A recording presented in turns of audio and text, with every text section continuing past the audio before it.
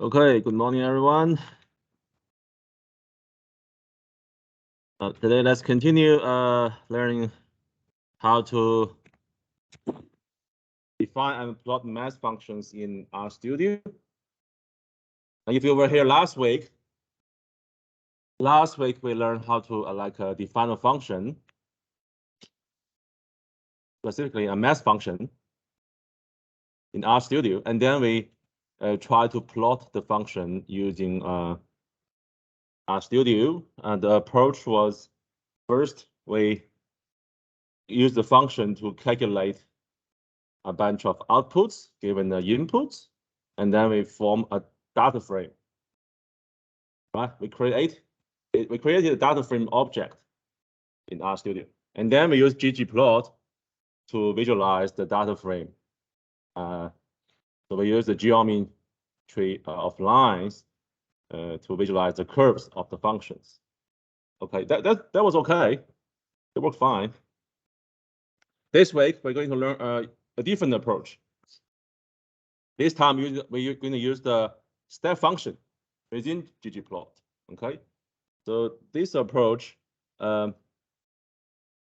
allows us to plot functions without creating a data frame. Okay, so we don't have to create data frame anymore. So we just have to define the functions, and then use the functions within the ggplot through the step underscore function. All right. Yeah. We will also learn how to define a vector of parameters of a function. Okay. That will give us more flexibility. We can reuse a function given a vector of parameters, and then every time you give a different set of parameters, you will create a different function. Right? Yeah. And then at the end, we'll learn how to annotate a graph. Okay. I believe this stuff we're going to go through today will be very helpful for your first big assignment in the SCB 113. All right, just like last time, a function is you can think of function as a machine. There must be an input, and then we process the input. The function must return an output. Okay, this is the structure of a function. How to define a function in R language. So every function has to have a unique name, right? And then you have to tell the system it's a function. So it's using the assignment operator is the arrow function point to the function name. That means we are defining a function with this name. And then the input or arguments, we put them in a pair of brackets after the function. And then all the steps of processing, how we're going to process the input, they are placed in a pair of curly brackets. Okay. And then remember, every function has to return something. So we'll always have to return something. Otherwise, it's not a function. Okay. It's a black hole. Just eat and then no output. Okay. All right. Yeah. Okay.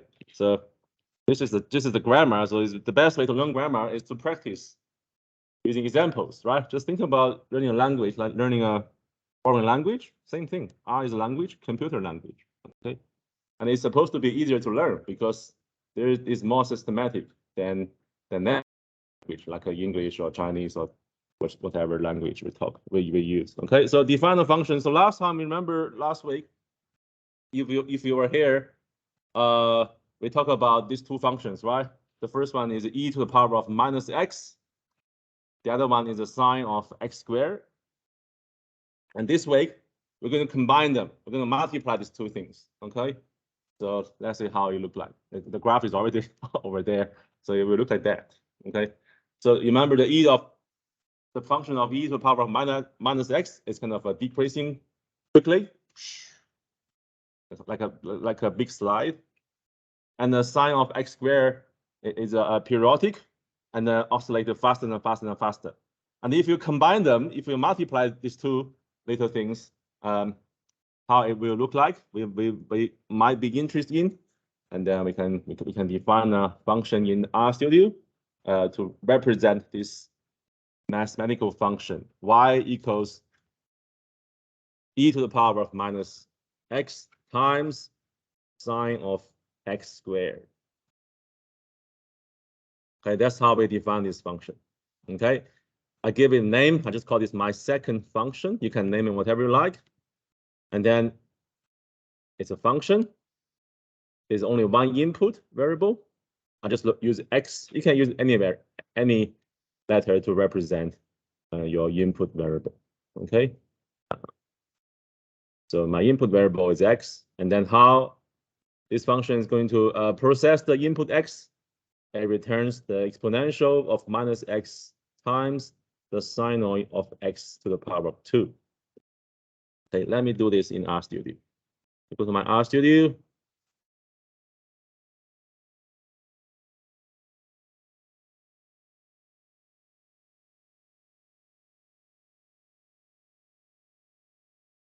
Any questions from people online? If you have any questions, just yell out, okay? Yeah. All right, I'm going to just delete the stuff I used last week. I'm opening a new R script. All right, see. Let me define my function. See? V. So have you all downloaded a copy of the slides? I just emailed you about 20 minutes ago. Yeah. So for people online, I put a link of downloading in the chat. There are a few links to download the copy and also for attendance form. Okay. Yeah. All right. First of all, let me define this function. Okay. You can call it whatever you like. If you don't like this name, just click run. Okay. My function is defined. My second func. And we can check it. So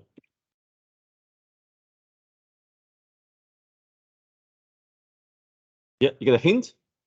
You see, when I type my SE, I get a hint from RStudio. That means my function is successfully defined or created in the memory, okay, of my computer.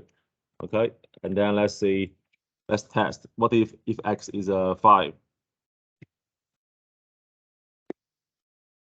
And then if I run this one, Control Enter, I get a number.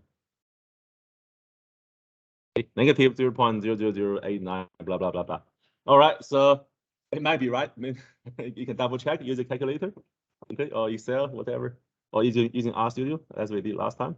So how to visualize this function? We have to remember evaluate the function multiple times, and then plot those multiple pairs of x and y input output on a graph, and then we link those points. We can form a curve of the function. That's what we did last week. We created a data frame of 2 columns: input column, x column, output column, y column, and then we visualize the data frame using ggplot with a geometry of line, right? Yeah. But this time we do it differently, okay? But before we go ahead using the step function, I'll tell you there's a little trick here in the basic R function, a basic R language. So if your function is very simple, only one input, one output, we can try this little function called curve. Okay, and then the expr, I think it represents expression or function.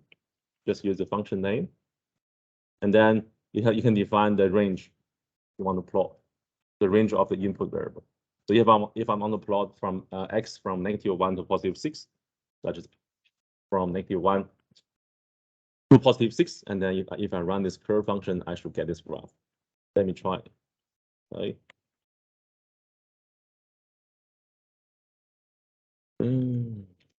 All right. Then if I run this line, Control Enter. Okay, but this message again. Figure of margins too large. That means my bottom right corner is too small. So make the plotting area a bit larger. And then run this line again. Yeah, it looks a bit crazy. Okay. Anyway, this is the curve actually, but it's not beautiful enough, I guess. I assume if you use this kind of a method to finish your assignment 1, you probably won't get any marks, probably 0 mark. All right. So just quickly, I want to introduce to you. So sometimes we are not interested in creating a beautiful graph. Just want to have a quick check of the look of the curve. This is one method to get it. But for our a goal today is to create a beautiful graph of the functions. We're going to use ggplot. Okay, so let's go to the ggplot. So this is how to plot a function,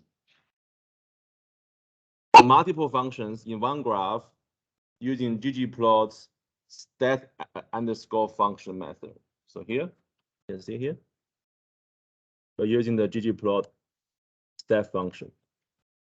It's a function within ggplot function package. Okay. So here you can see actually I plotted 3 functions, 3 curves on one graph. Okay. And the input range is defined as -1 to +6. Okay.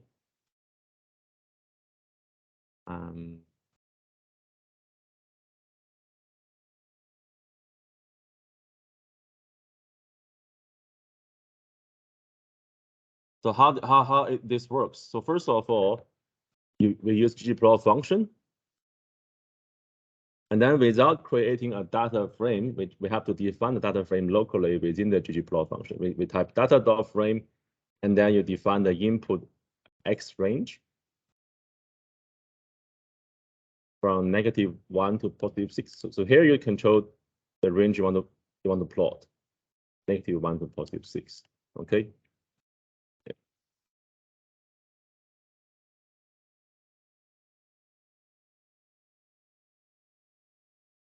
Okay.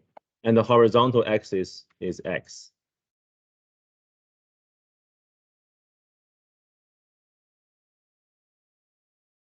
And then we use plus a step function. So within step function, you have to tell the function's name. Function is, I'm plotting my second function, the one I just defined on the previous page. And then you can control the weight of the line weights. You can also control the color of your curve.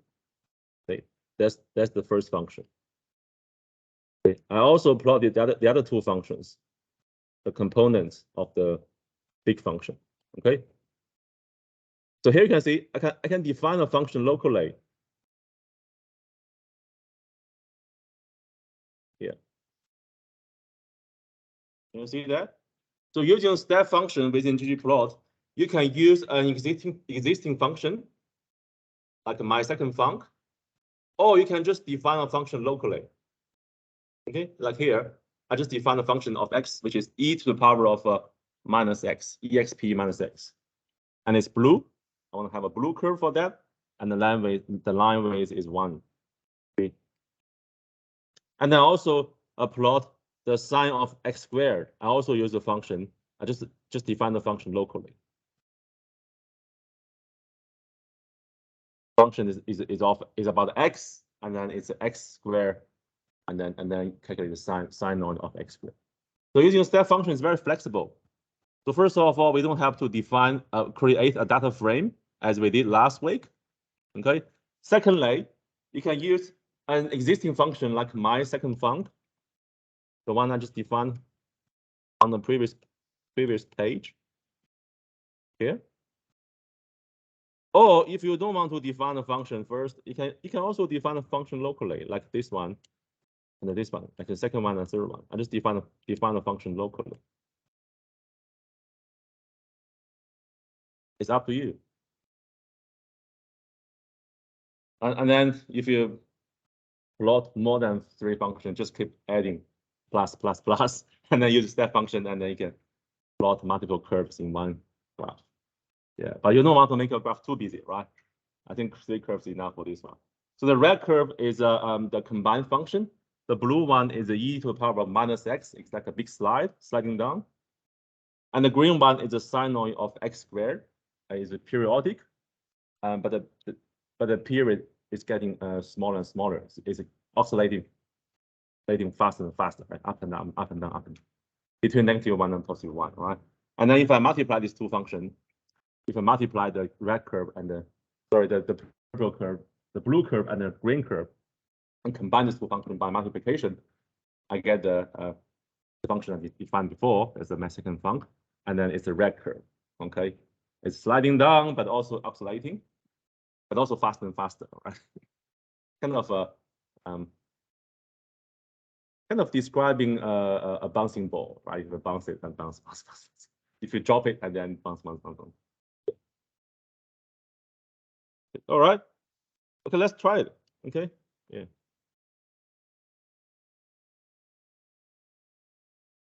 I believe we have to library our ggplot first. So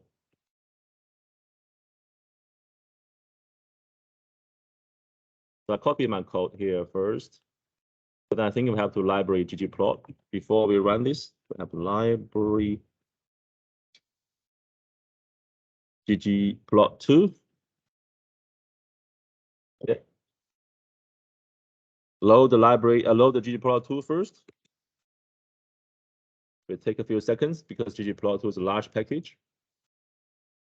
Okay, I got some warning message. It's okay. It's just about my version is a bit late, a bit old. It's okay.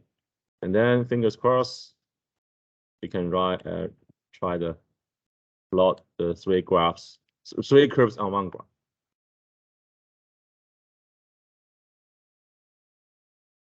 Right. So when I copy some codes from other place, I'll always be careful with the double quotation marks. It could be wrong, but this one looks okay. Just saying, fingers crossed. Who knows? It's scary. Be nervous. Run. Yay! Did you get it? Did you get it right? All right. It's not easy, right? We know that. We know that.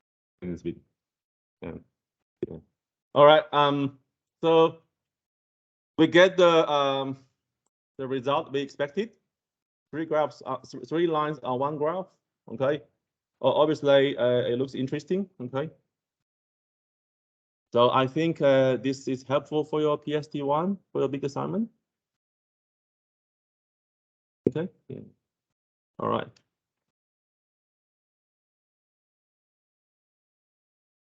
Yes, just remember using step functions, we don't have to create a data frame beforehand. And secondly, you can use an existing function you defined previously, or you can just define a function locally. Okay. All right. Now we finished the first part of today, how to use step function in ggplot. Secondly, we're going to learn how to define a general form of a math function. Okay. So now we're going to define the input as a vector of variables.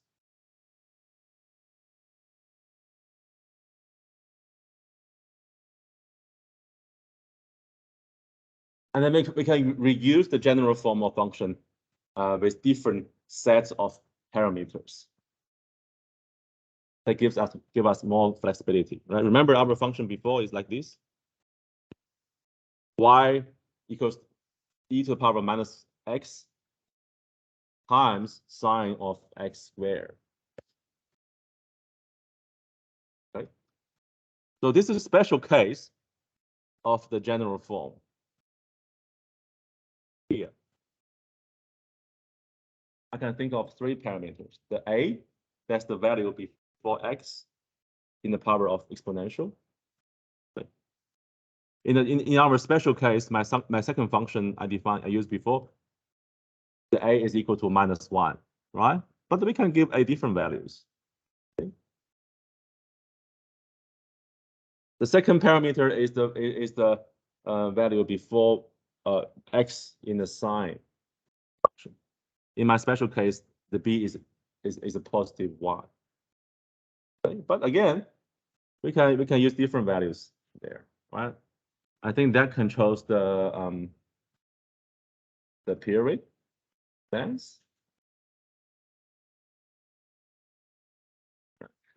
If you still remember the high school mathematics something, trigonometry function, you can control the amplitude, the period, and also the shift.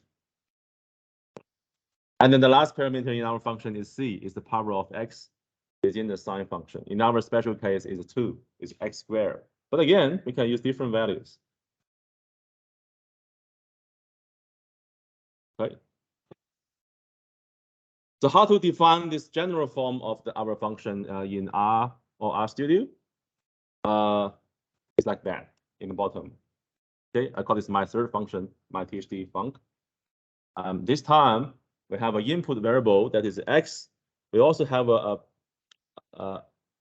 vector of parameters. I just call it palms. You can call it whatever you like. Okay, you can call it the parameters or something that makes sense to you.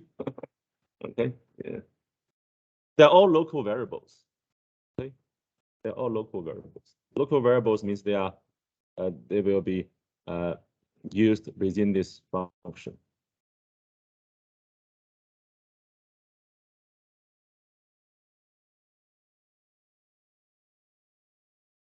We'll talk a bit more about the scoping rule of R language. Maybe probably next week. Yeah. That's more about coding rather than statistics, like the computer programming stuff. All right, so now I have an input variable that's x. You can use whatever symbol you like. I just use x here to represent the input variable, and then the parameter of the vector of parameters I just call the palms. Okay, a bunch of parameters that called palms, and then okay, so if to define this general form of the mass function is here. It's exponential of the first element of the parameters. The parameter pairs square brackets 1. That means the first element of the parameter. Sorry, of the vector palms. Okay. Yeah. Next week we'll talk about structure, data structure. So we'll learn the vector, matrix, list, and the frame, data frame next week. Yeah. So how to refer to an element in a vector? You have to use the index within a pair of square brackets. So this one means the first element of the palms vector. In this case, it's A, okay? Because it's put in front of x in exponential. Yeah, this is the e to the power of A times x. A is stored as the first element of the vector palms. Times sine of B times x to the power of c. So B is stored as the second element of the palms vector. So palms square bracket 2, the second element of the palms vector, times x to the power of the third element of the palms vector, that is the c.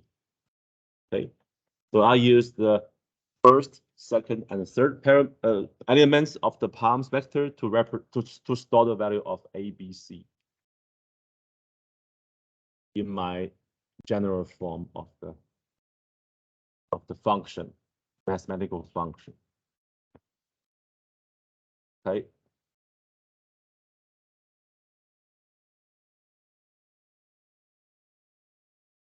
And then my R function will return that output.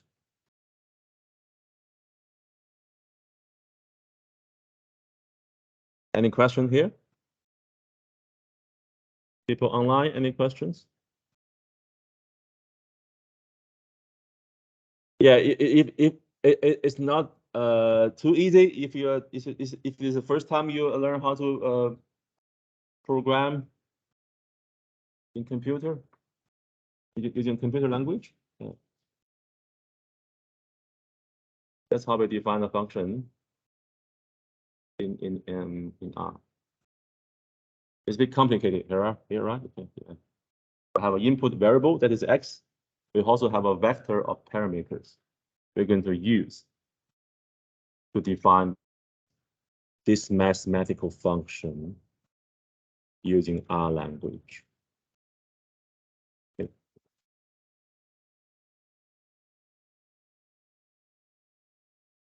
So why do we do this? The reason is once we define the general form of this mathematical function, we can try different sets of parameters. Okay, our special case is A is -1, B is 1, and C is 2. But we can try different sets of values of A, B, C, and then see how the function curve will look like. We can plot the multiple sets of different values of the parameters A, B, C on one graph. Okay, yeah.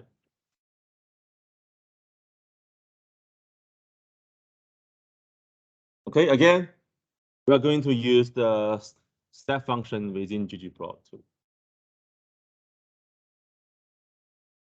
So let's plot 4 sets of parameters, changing the value of A, B, C each time. Okay.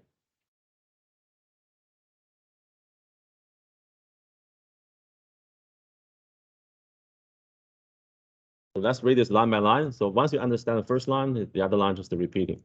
So again, it's ggplot, and then data.frame, and x is a vector. It's a place we define the range. Sorry, not the range, the domain. Domain means the input variables range. Okay. The x we're going to plot from negative 0.5 to positive 3. Okay. And the horizontal axis is the x. The horizontal axis is x.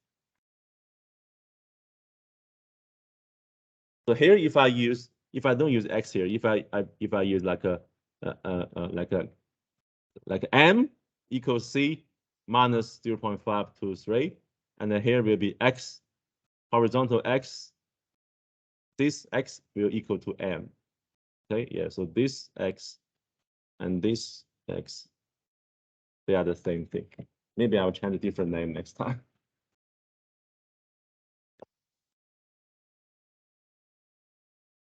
Okay, step function.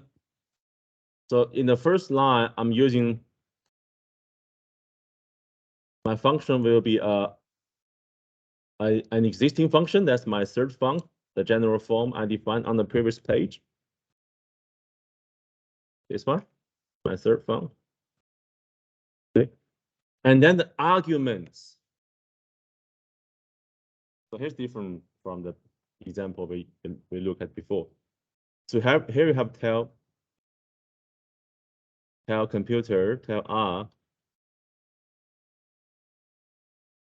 what values of the parameters you want to use. That's how to tell that function.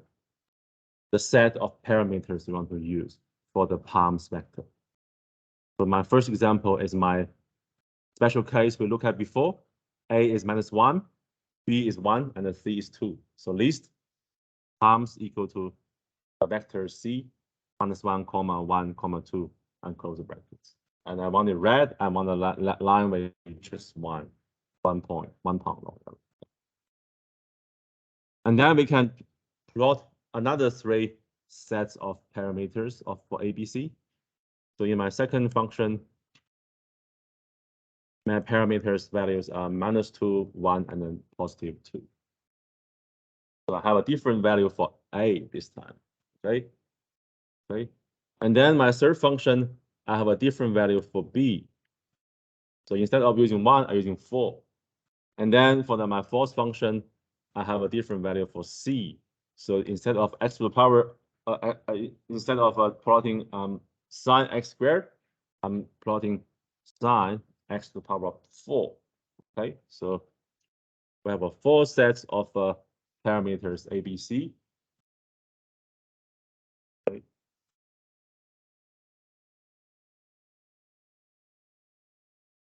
Let's give a run. You should get this graph.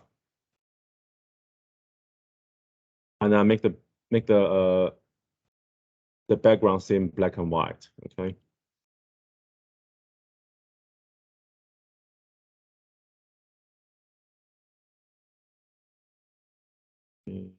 Looks all right. Okay, let's plot it.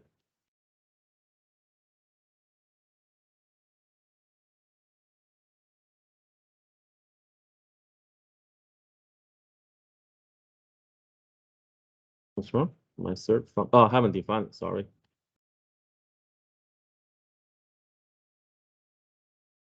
Have to define my third function first.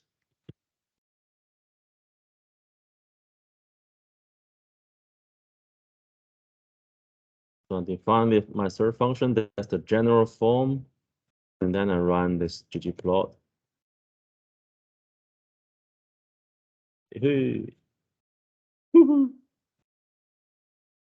And then we can observe this graph.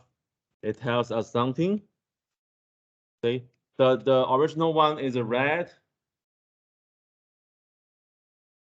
The blue one comes from the function with a as -2. Okay, and the green one is a function with a b equals 4. So it changes the period.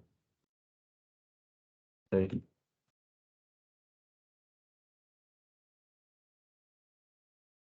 And the pink one is a function with a c equals 4.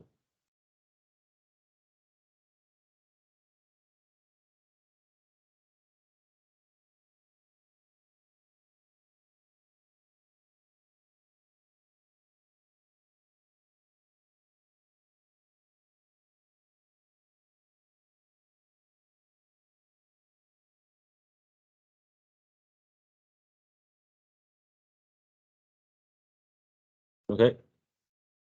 Well, in your assignment or in your research or whatever study, once you get a graph, you have to interpret the graph. Like what can I get from this graph or plot? Okay.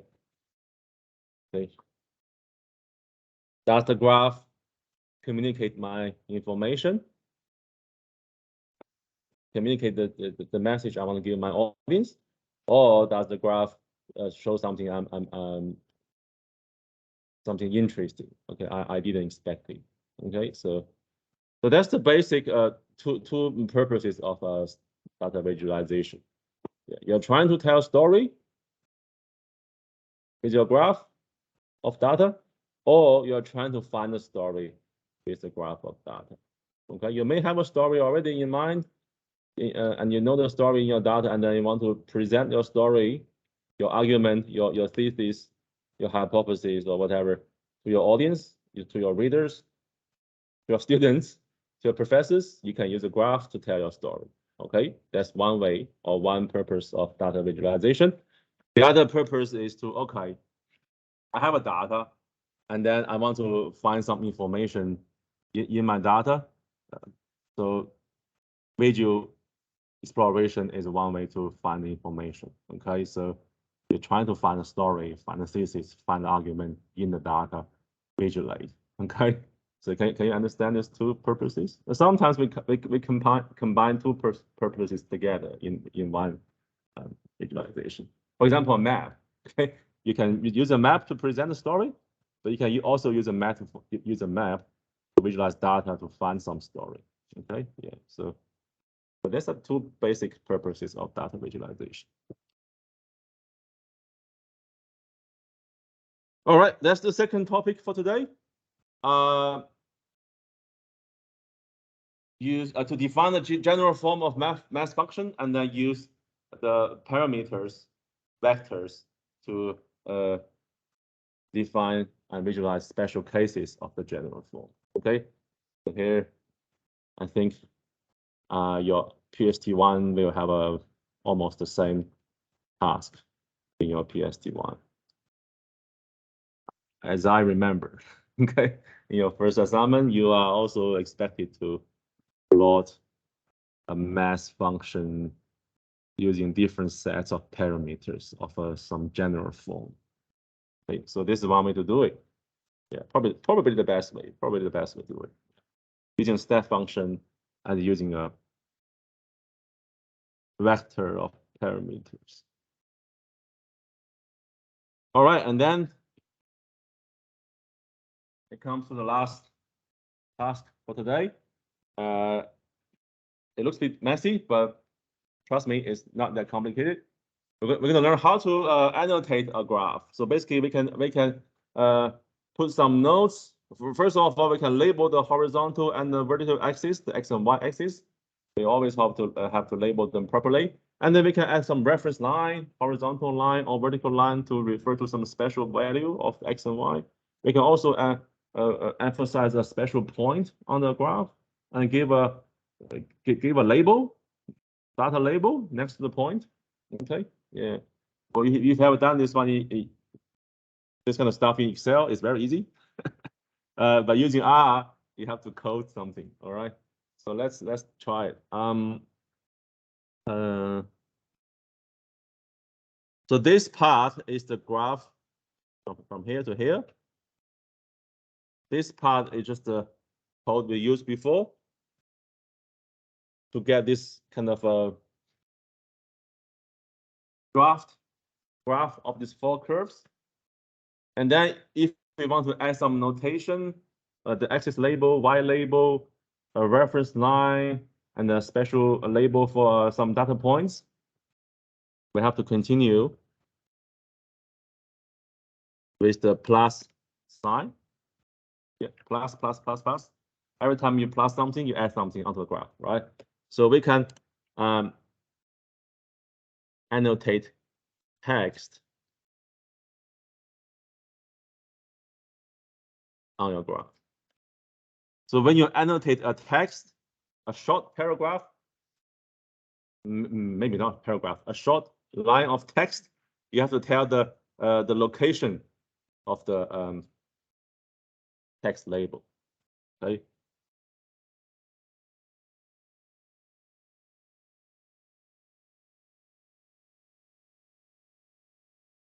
So this x value, y value, they represent the location on the xy plot. So at the x of 2.5, y equals 1.3, I want to have a label, and the label says exponential minus x times sine x squared. And the size is 3. That's the font size. You may have to try and error, see which size looks best. And then the color is red. So basically, I want to give because my red curve represents the original function, so I'm going to label the function over there and then use the red color for the text. And then I'll do the same thing for the other 4 curves. The second one function is blue, the third function is green, and the last function is pink.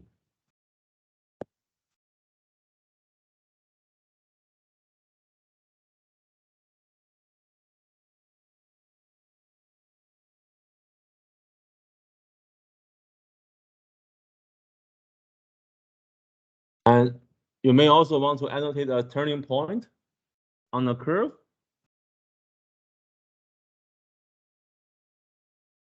For example, this point, okay, the peak point of the green curve, just for example, okay. We can add a label to that point, just here. Plus, remember plus, and then geometry label, and then you tell the position of your label, x and y, and then annotate. Okay, first of all, add a point to emphasize that point, that turning point, and then I add a text label next to that point, a bit to the left, a bit more to the right and above. I said a local maximum turning point, and then this is for enter to move to next line, and the value is here. Okay. So how did I find this turning point? I use a little trick here. I use this online graph calculator. If you haven't used that before, you can try it. It's very cool. It's called the decimals. Let's see if I can open it openly.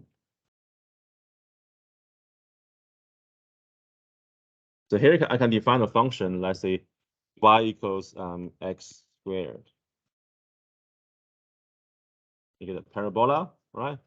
Otherwise, what's our function? exp minus x times sine x squared.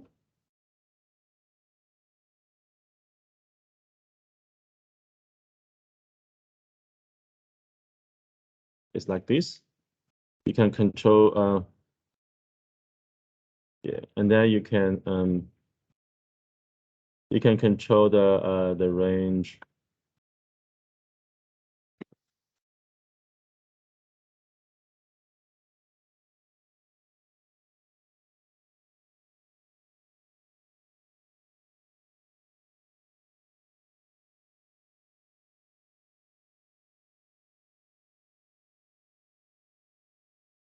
Yeah, so using this spanner here, you can modify lots of parameters, yeah, and the look of the graph.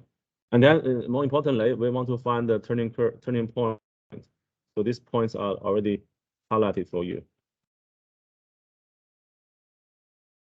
The turning points and also the points where the curve cut the axis is all indicated. So for our second curve, the green curve, I think, what's the green curve? The green curve, yeah, the green curve is the b value is 4. So I go to my online calculator. I put a 4 here. That's what I want. And I want this point. It's highlighted for you already over there. The x is 0.583 and the y is 0.546. Yeah.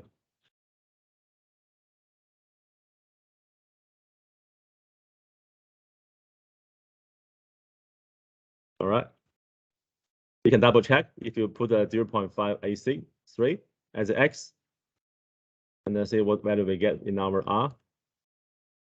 If I put my third function, x equal to 0.583, and then palms equal to -142, I should get this output, 0.546 approximately.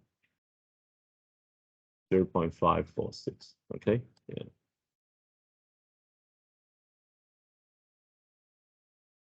Yeah. That's all. That's how I found the turning point. But if you do manually, you have to all right, how to find the turning the critical point of a function. Excellent. That's what they want in the assignment. You have to differentiate your function once, like get the first differentiation of your function, and then equate this first differential equal to 0, and then solve that equation. You may have more than one solutions. Yeah. So that solutions tell you the locations of the curve where the rate of change is 0.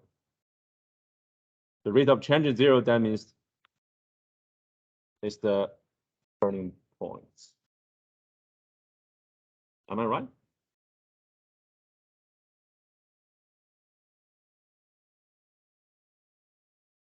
No. It could be turning points. It could also be inflection points. So if I this about mathematics now, so it's not about coding. So if I draw a curve, okay. So this kind of points we call it turning points. Okay, because at this point, the rate of change is 0. The tangent line slope is 0. Okay, but we can also have a curve that is like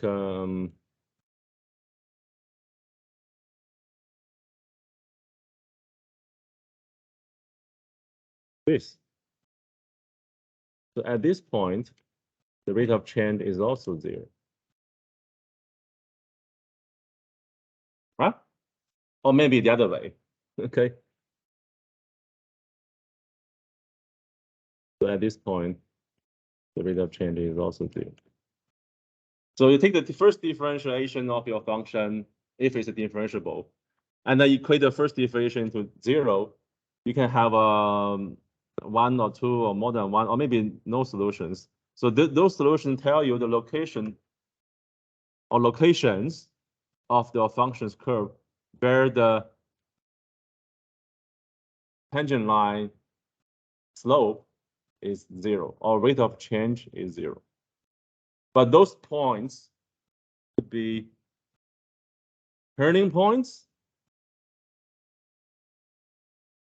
or those guys here. We call this horizontal inflection points.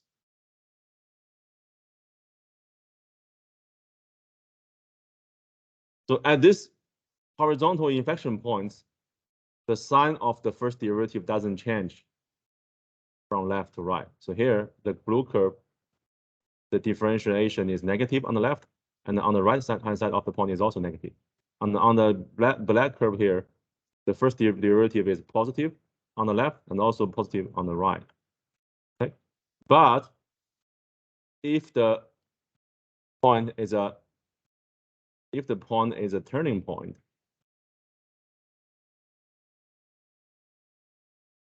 like this,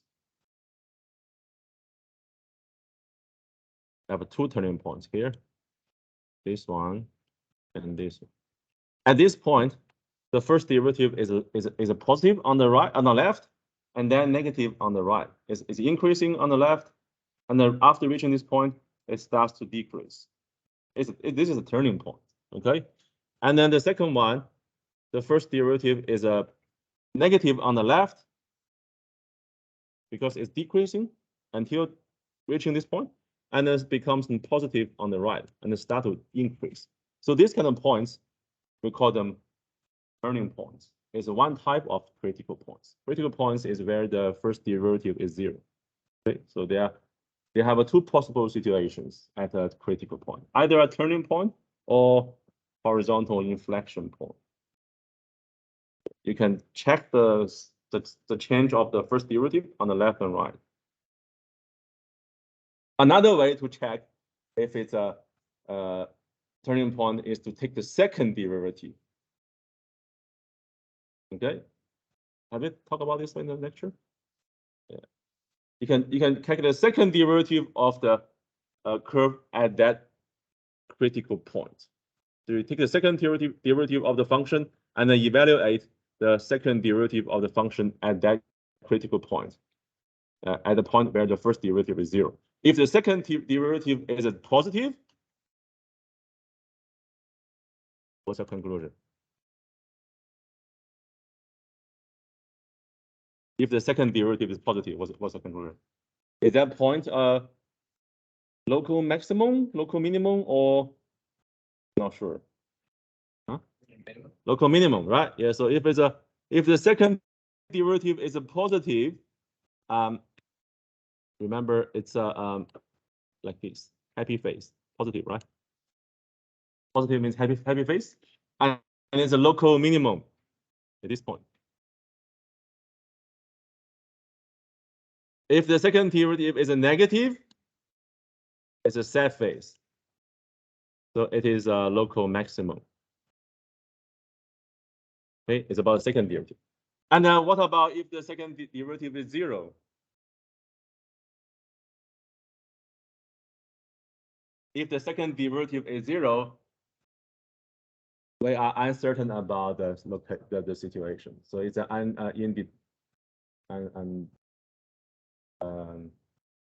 how to say that word? We're not sure if it's a local minimum or maximum or inflection point. It could be a local minimum, it could be a maximum, it could be a inflection point. Okay, because the second derivative describes the curvature of the curve at that point.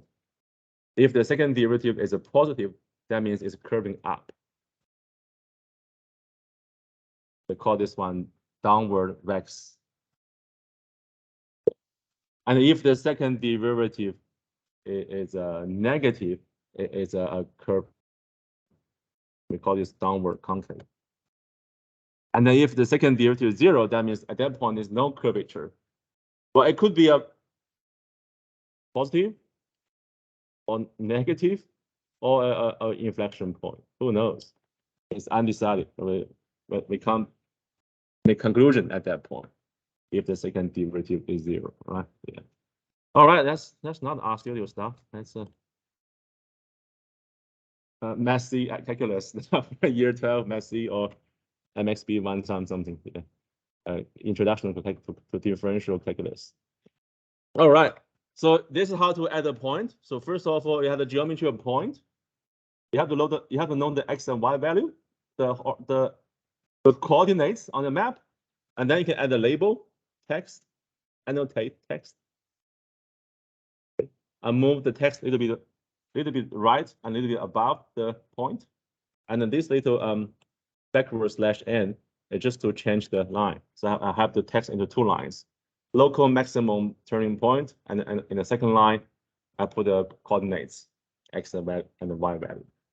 And then you can also add, remember the plus sign? You can add a vertical line or horizontal line as a reference line. Okay, to add a vertical line is a geometry_v line.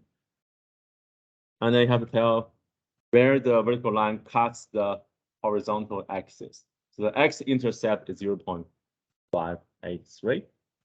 Okay, I can also add a horizontal reference line. Horizontal reference line means the line cuts the y-axis. So you have to tell the computer where the horizontal line, the h line, cuts the y-axis, the y-intercept.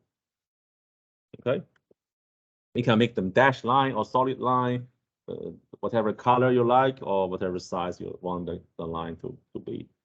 All right, well, let's give it a try. Do you want me to try? You want to try yourself? I mean, maybe I'll give it a try anyway. Yeah.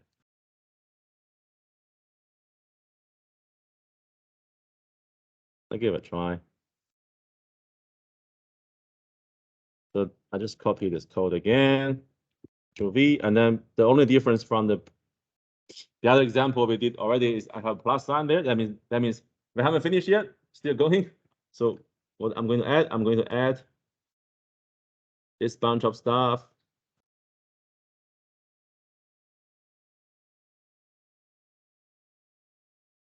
I added the 4 labels for the 4 lines, and then plus, remember the plus, and then also adding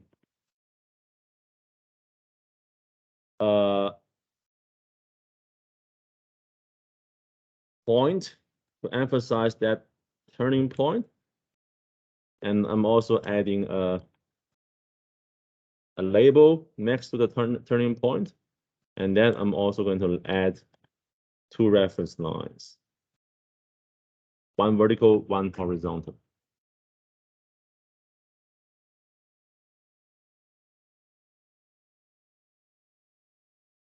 All right, so they are all connected by the plus symbol.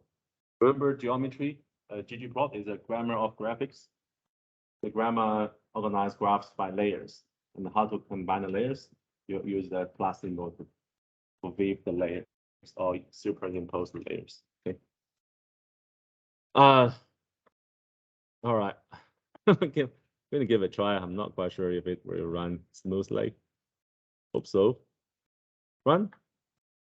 Yoo-hoo! I'm lucky. I'm very lucky today. The traffic's good this morning. I didn't have to wait for outside the P block parking for half an hour on Thursday. It happens to me a few times this week. And then so far so good till now. All right. Did you get the same thing? People online, did you get the same thing? Oh, only 2 left. Anyway. So as you see, I test my code in the slide today. They're all working well. So if you follow my code properly, you should get the same result. And then I'm pretty sure in your PST1, you will have to do something like this. And if you can get something like this, you should get a full mark. Okay. I didn't change the label of my horizontal and y-axis because I don't have to here. But if you want to modify the horizontal and the y-axis labels, just refer to the examples we talked about in the previous weeks when we are like plotting the histogram, scatter plot, bar chart, whatever, box plot. You can use the X label and the Y label to label the horizontal and the Y-axis properly. You can label them whatever you like. Okay, time in seconds, medicine in milligram, whatever. Okay, yeah. All right. Any questions? That's for today. 3 things. Their functions. Define the general form of mass function and use the vector of parameters to see the curves in different parameter sets. And the last one is the annotation of the graph using ggplot. Okay, that's all for today. If you don't have any questions, you are free to leave. That's the end product. And if you have a few seconds, you can give me some feedback. And feel free to forward I will email you the stuff as I did every week. I forward them to your friends. So I will email you the copy to download and then the recording and also the forms. Okay, have a good day. Bye bye. I'm going to finish recording first.